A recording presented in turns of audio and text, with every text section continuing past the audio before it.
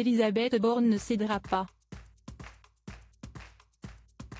Très impliquée dans la réforme des retraites, qui prévoit de décaler l'âge légal de départ à 64 ans au lieu de 62 ans, la Première ministre a bien l'intention d'aller jusqu'au bout.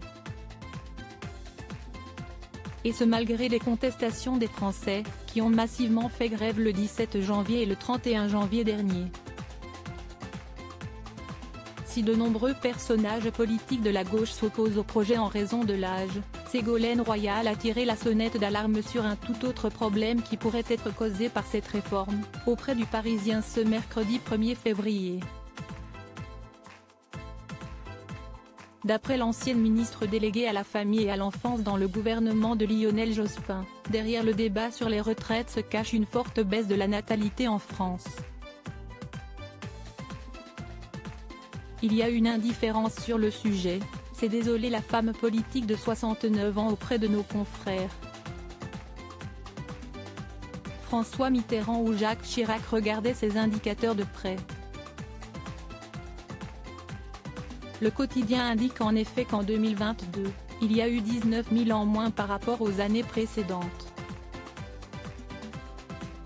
Avec 723 000 naissances, le pays atteint point le plus bas depuis 30 ans, est-il écrit.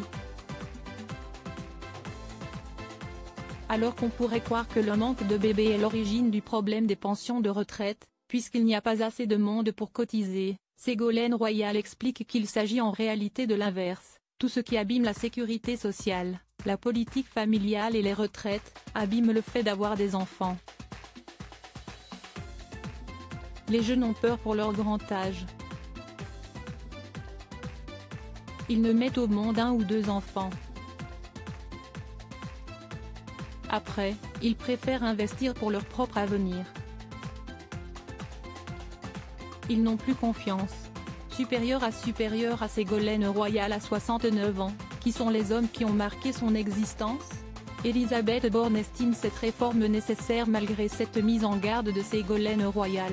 Il y a fort à parier que les taux de natalité continueront de baisser et que la réforme des retraites sera adoptée.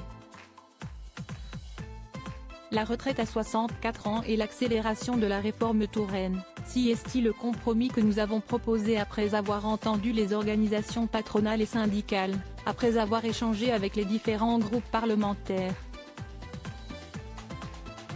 Et, je vous le dis, si est-il nécessaire pour assurer l'équilibre du système, a asséné Elisabeth Borne sur France Info le 29 janvier, plus intraitable que jamais. Pour l'heure, le gouvernement semble plus porté sur les modes de garde des enfants plutôt que d'encourager à la procréation, de peur d'être taxé de conservatisme, selon le Parisien. Le candidat Macron a promis pendant la présidentielle 2022 le droit opposable à la garde d'enfants et un service public de la petite enfance. Crédit photo, MPP.